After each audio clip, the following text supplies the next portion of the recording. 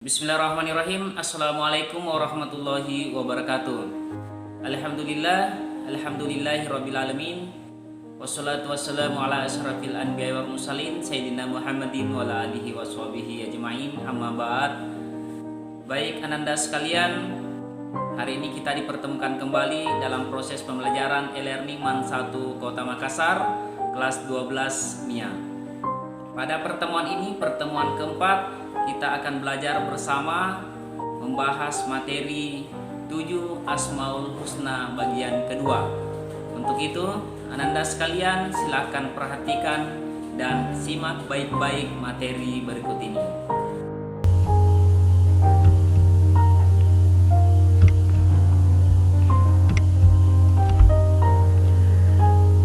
Bab pertama, makna 7 Asmaul Husna bagian kedua. Ada 4 materi dalam pembahasan hari ini. Yang pertama Al-Hasib, yang kedua Al-Hadi, yang ketiga Al-Khalid, yang keempat Al-Hakim. Kita mulai membahas bagian pertama, Al-Hasib. A. Pengertian. Secara bahasa, Al-Hasib artinya perhitungan atau mengira, mencukupkan, melindungi, dan menolong. Secara istilah adalah zat yang maha membuat perhitungan atas perilaku hamba-hambanya. Jika Al-Hasib dikaitkan dengan makna perhitungan, Allah melakukan perhitungan amal baik dan buruk sebagaimana firman-Nya dalam terjemahannya. Dan kami akan memasang timbangan yang tepat pada hari kiamat, maka tidak seorang pun dirugikan walau sedikit. Walau hanya seberat biji sawi, pasti kami mendatangkannya berupa pahala, dan cukuplah kami yang membuat perhitungan. Quran Surah Al-Anbiya ayat 47. Ayat lain yang berhubungan dengan Al-Hasib. Yang pertama, Quran Surah Al-Qamar ayat 49-50, Quran Surah Yunus ayat 5, Quran Surah An-Nisa ayat 86.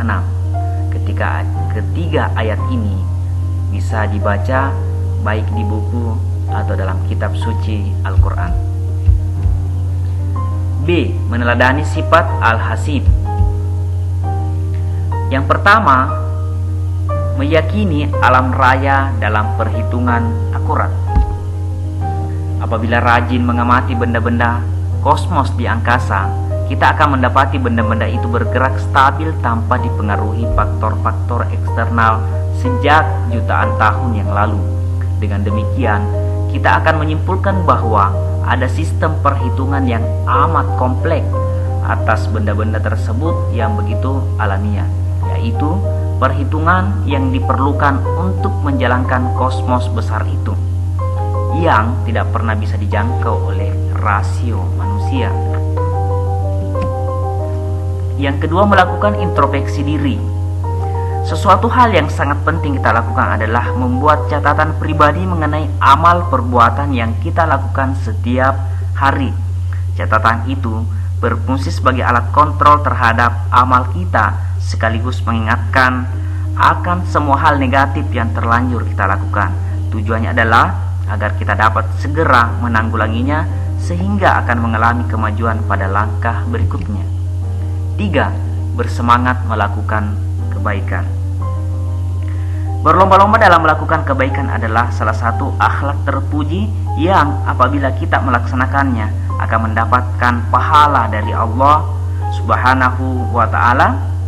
Allah tidak menyanyiakan dan pasti akan memperhitungkan segala aktivitas manusia, baik berupa pahala maupun dosa, tanpa mengurangi sedikit pun apa yang telah diusahakan.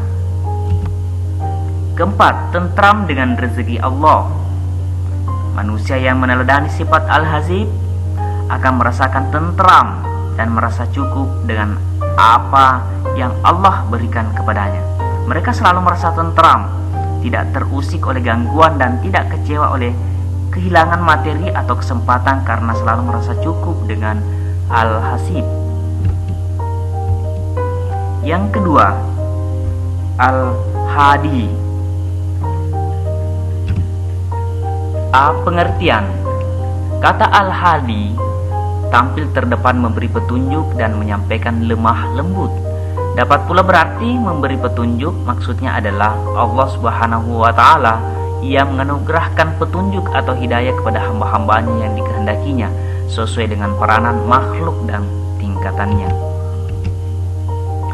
Ada beberapa ayat yang berhubungan dengan Al-Hadi, diantaranya Quran Surah Al-Furqan ayat 31, Quran Surah Al-Fatihah ayat 5-6. B. Meneladani sifat Al-Hadi. Yang pertama, berharap mendapatkan petunjuk. Seorang muslim berkeyakinan bahwa yang dapat memberi petunjuk hanyalah Allah. Oleh karena itu, tumpuan harapan muslim hanya ditujukan kepadanya. Manusia perlu memohon kepada Allah dengan sepenuh hati. Yang kedua, konsisten menjaga petunjuk Allah. Bagi orang yang dikehendaki Allah Subhanahu wa Ta'ala, menerima hidayah berupa kebenaran iman dan Islam tidaklah sulit. Sebagai muslim, kita wajib bersyukur telah mendapatkan hidayahnya.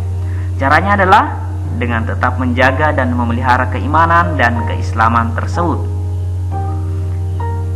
Antara lain dengan tetap melaksanakan perintah Allah, menjauhi larangannya sesuai dengan pengetahuan dan kemampuan kita. 3. Memberi petunjuk yang benar. Manusia diperintahkan Allah untuk menyampaikan amanah kepada yang berhak menerimanya. Hal ini berkaitan dengan tatanan berinteraksi sosial atau dengan istilah muamalah atau hablun minan nas. Pembahasan yang ketiga adalah Al-Khaliq. Secara bahasa,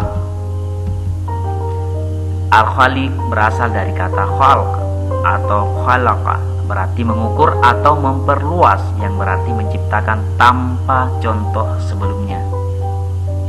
Secara istilah, Allah sebagai pencipta manusia atau semua makhluk dan segala sesuatu, baik itu malaikat, jin, manusia, binatang, tumbuh-tumbuhan, matahari, bulan, bintang, dan segalanya itu diciptakan oleh Allah. Allah menciptakan setiap makhluk secara sempurna dan dalam bentuk yang sebaik-baiknya dengan ukuran yang paling tepat.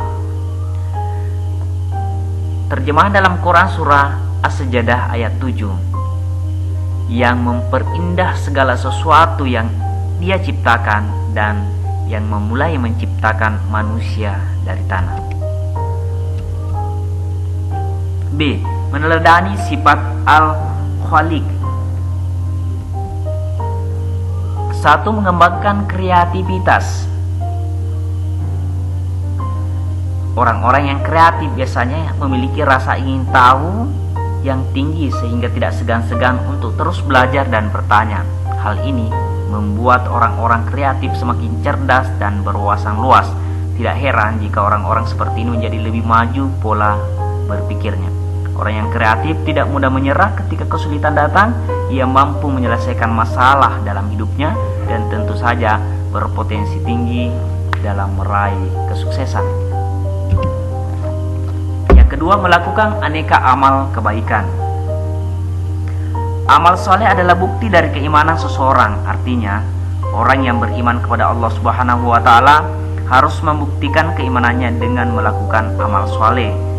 Dalam berbuat kebaikan harus disertai dengan niat yang ikhlas karena Allah semata. 3. Memanfaatkan sumber daya alam. Di dalam sebuah ayat Quran Surah Al-Jasiyah ayat 13 itu menjelaskan bahwa landasan teologis pembenaran pengelolaan dan pemanfaatan sumber daya alam untuk memenuhi kebutuhan manusia. Dalam memanfaatkan alam, Islam menetapkan aturan mainnya. Agama Islam memerintahkan umatnya untuk memanfaatkan alam dengan cara yang baik dan menjadi manusia bertanggung jawab dalam melindungi alam dan lingkungannya serta larangan merusaknya. Yang keempat, melestarikan lingkungan hidup. Islam mengajarkan agar umat manusia senantiasa menjaga lingkungan. Hal ini tercermin dalam beberapa pelaksanaan ibadah. Seperti ketika menunaikan ibadah haji. Dalam haji umat Islam dilarang menebang pohon dan membunuh binatang.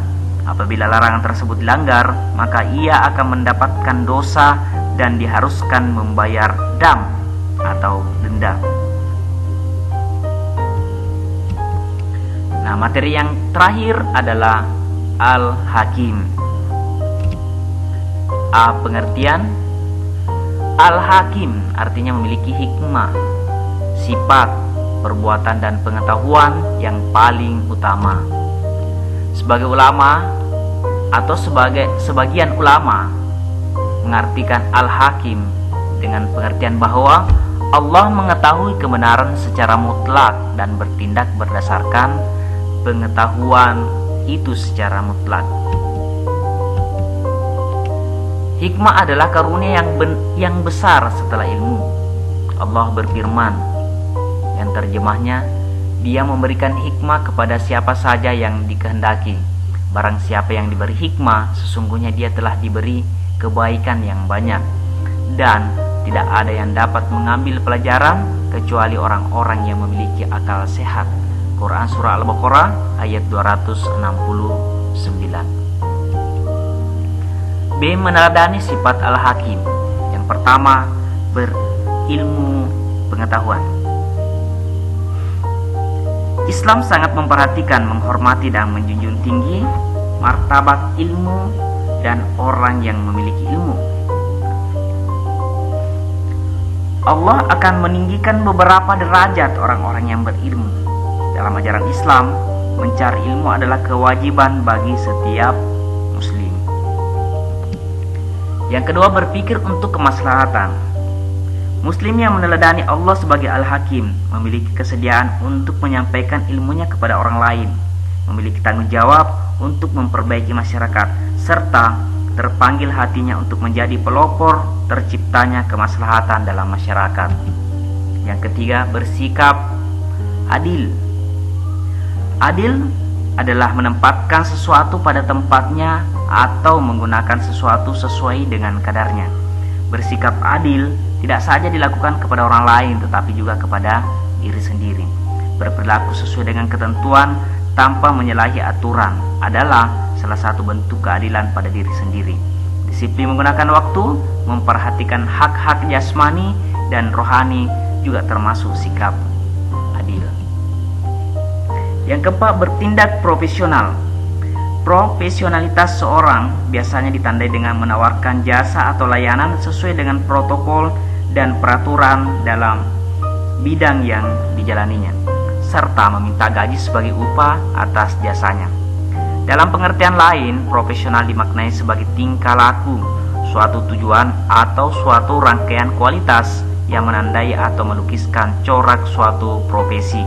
Profesional mengandung arti menjalankan suatu profesi yang berorientasi pada hasil atau keuntungan, atau dengan istilah profit. Dari penjelasan materi singkat ini, ada hikmah yang tentunya bisa dipetik. Yang pertama, segala amal perbuatan manusia pasti akan dihitung oleh Allah dan perhitungannya tidak akan pernah salah. Untuk itu, semangatlah berbuat kebaikan. Allah Subhanahu wa Ta'ala senantiasa akan selalu memberikan petunjuk. Untuk itu, jangan putus asa ketika kita masih merasa sering berbuat kesalahan dan berniat untuk memperbaikinya. Allah telah menciptakan segala makhluk di bumi dengan sempurna, termasuk diri kita sebagai manusia. Untuk itu, bersyukurlah. Segala bentuk peristiwa yang kita alami, baik ataupun buruk, pasti ada hikmah yang mendatangkan kebaikan. Belajarlah untuk ikhlas menerimanya. Nah, materinya sudah selesai dan selanjutnya adalah tugas. Tugasnya sangat sederhana sebagai seorang siswa.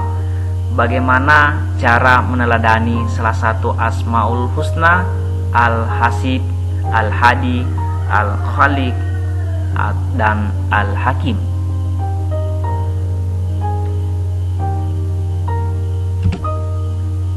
Tuliskan jawaban secara singkat di kolom komentar video ini dan sertakan nama dan kelasnya. Waktu pengumpulan tugas paling lambat 1 hari setelah pertemuan hari ini. Oke, saya kira sudah cukup. Mudah-mudahan ada pelajaran yang bisa dipetik. Jangan lupa dikerjakan dan di store tugasnya. Cukup sekian. Terima kasih atas perhatiannya. Wabillahi taufiq wal hidayah. Wassalamualaikum warahmatullahi wabarakatuh.